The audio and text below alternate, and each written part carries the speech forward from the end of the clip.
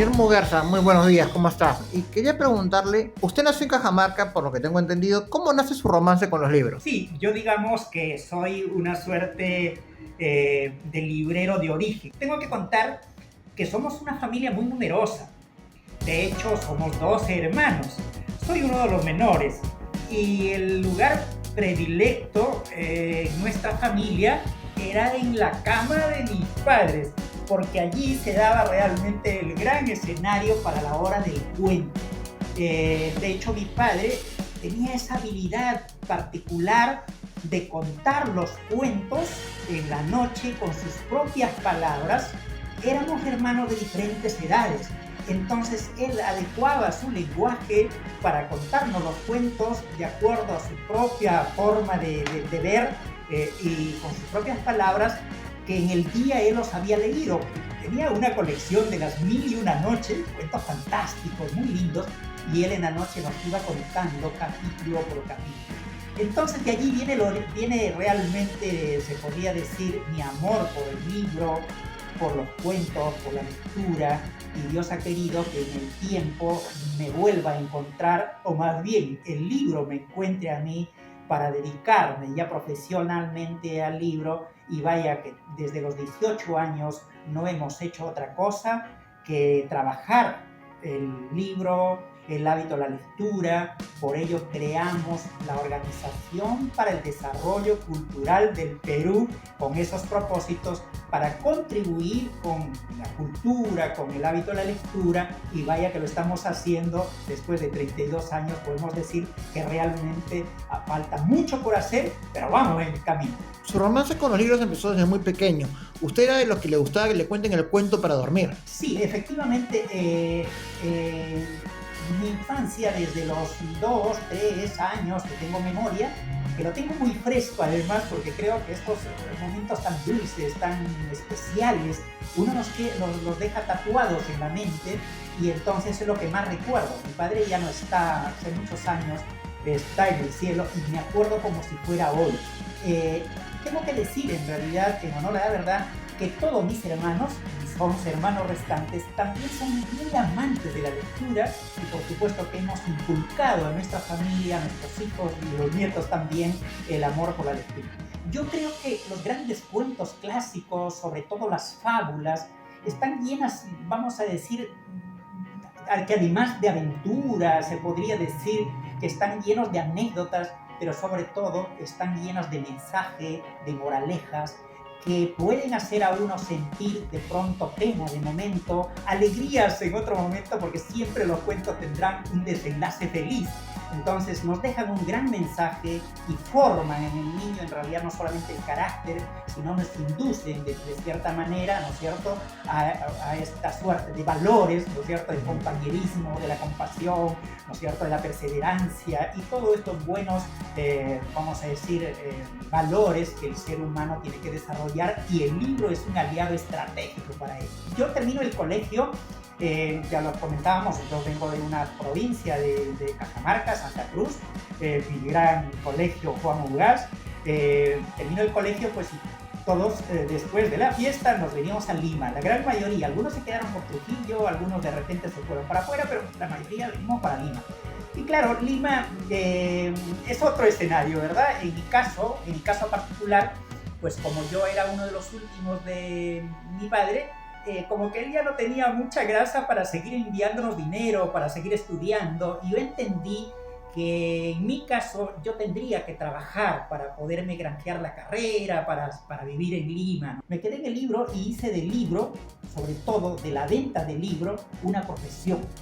¿Cierto? Y vaya que llegó a mí como el dedo al anillo. No hay otra cosa que me ha hecho tan feliz, y sigue siéndolo, y que me ha dado toda una vida, ¿no? Que es el libro, ¿no es cierto? Con ello he hecho crecer a mi familia. ¿Cuántas calles de Lima recorrió vendiendo enciclopedias? me daba un temor tremendo cuando llegué a Lima porque cuando uno nace en el campo, tengo que decir que yo nací en el campo mismo estuve hasta los 11 años y que en todo caso mis vecinos eran las vacas, ¿no es cierto? Que eran el ganado que teníamos y las ovejas y todo lo demás. Y cuando llegué al pueblo, ya la provincia de Santa Cruz me parecía grande. Imagínense ustedes cuando llego a Lima, tenía un temor tremendo a perderme y de hecho que ese temor hacía cosas curiosas conmigo, que me mandaban a comprar el pan y al salir salía tan aturdido que cogía la calle del costado y luego en el camino me daba cuenta y decía, me estoy perdiendo. Cuando me encuentro con la venta de libros y tengo que ir primero a buscar el trabajo, conocí Lima buscando trabajo, me la pasé 2 meses buscando trabajo y subí y bajé todos los edificios de Lima y me aprendí de memoria todas esas calles. No había una calle que no lo tenga mapeado. Y luego vendiendo ya los libros, conocí todo Lima, de abajo arriba, de todos los barrios, de sur a norte. Me he subido todos los cerritos y realmente tengo que decir que yo soy un Google Map de librero, ¿no? Cuando uno tiene 18 años, quieres un sueldo y ya, que te digan qué hacer y que te paguen un sueldo. La venta de las enciclopedias, que en ese tiempo era el internet del momento, y entonces en ese tiempo, al no haber internet, no había celulares, no había multicines. No había multicines, por supuesto, y entonces, obviamente, para buscar la información se necesitaba la enciclopedia, la colección, ¿no es cierto? No eran baratas, eran costosas, muy costosas. Tanto es así que realmente las familias terminaban comprándolas hasta por estatus, ¿no? O sea, estaban en la sala, ¿no? No es que estaban en otro lado. Y luego vienen, vamos a decir, los plasmas, los televisores grandes a reemplazar esos espacios, ¿no? Que ha pasado, porque finalmente ahora por el internet lo tenemos en el espacio, ¿no es cierto? En nuestro celular, en cualquier parte. Pero había que caminar mucho ofreciendo al crédito estas enciclopedias y que vaya que había muchas editoriales extranjeras que nos daban una capacitación extraordinaria. Quienes entraban a vender las enciclopedias tenían que tener una gran preparación en todo sentido de la palabra. Había que conocer esas enciclopedias de arriba abajo y saber que en tal página había alguna fortaleza y había que ser muy asertivo en eso. ¿El internet que ha llegado a reemplazar al libro? Yo creo que no, yo creo que es un aliado en todo caso de la lectura, ¿cierto? La gente dice, es que a veces yo escucho comentarios y ni siquiera me preocupa, porque hay gente que dice, oye, ¿para qué libros? Si todo está en internet, que yo allí puedo tener cientos, miles de libros, ¿no? Todos juntos y el rato que quieras. Sí, seguramente, pero es alguien que no ha leído, que no ha tenido el placer realmente de leer un libro en papel. Todos los que leemos sabemos que cuando cogemos un libro, realmente, o sea, es algo adictivo, es algo particular que haces propio, que es tuyo, y que te permite además imaginar, que te permite viajar. Entonces yo creo que el intercambio debe fomentarse en las escuelas, porque allí es donde le dicen, cuida tus cosas, no te despegues de tus libros, te puede perder. No, los colegios finalmente deberían de fomentar el préstamo, el intercambio de lectura, ¿no? De los libros, ¿no es cierto? Es más, hay colegios privados que tienen un banco de libros común y cada quien puede coger el libro de su preferencia, llevarlo y luego regresarlo, ¿no es cierto? Y además aportar a ese banco de información. ¿Cómo ayudó la pandemia a vender libros? Mucho. Yo tengo muchas anécdotas que de hecho no los podré contar por lo extenso que podría ser la entrevista, pero les contaré que el encierro forzó mucho a que los papás, los hijos ejerzan la lectura, porque después de 10 días, 15 días, que ya realmente no había mucho por hacer y ya no queríamos prender la tele porque nos echaba mucho miedo, ¿no es cierto? Y entonces decíamos, ahora no. Y claro, la gente empezó a leer, y yo tengo anécdotas muy interesantes que se los puedo contar, por ejemplo, ahora, que jóvenes universitarios empezaron a publicar en sus redes sociales, como siempre lo hacen, todo lo que visten, todo lo que viajan, todo lo que comen, lo publican, y empezaron a publicar los libros que leían, ¿cierto? Y entonces sus amistades le decían, cuando termines de leer lo quiero, ¿me lo puedes vender?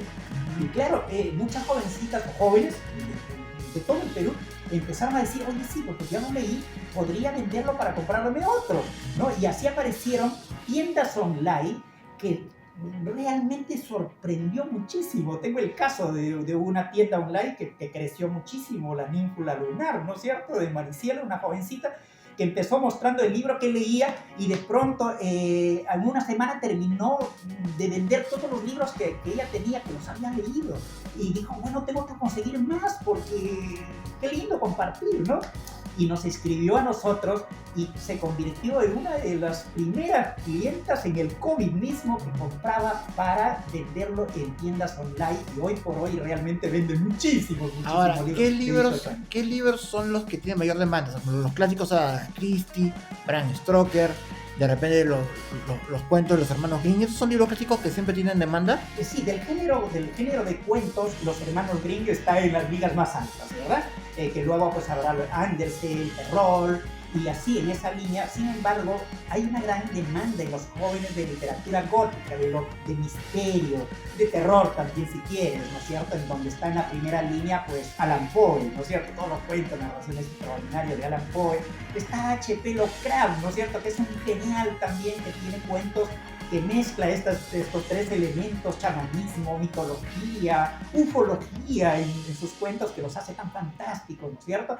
Y por supuesto los grandes clásicos se están vendiendo muchísimo porque hay obras maestras que no deberían de faltar en la casa. Me preguntaba antes, pues como un Quijote, ¿no es cierto? El Quijote es un gran clásico de los clásicos. Ahí lo tiene el Quijote usted atrás. Y claro, por supuesto, lo tengo en una versión bellísima, que es una edición especial por los 500 años de descubrimiento de América. La novela policíaca, la novela de misterio siempre va a apasionar a los lectores, porque de hecho en realidad tiene esa cualidad de engancharte y generarte el suspenso y querer más y más. Las novelas de Agatha Christie, las novelas de Conan Doyle no pasarán nunca de moda.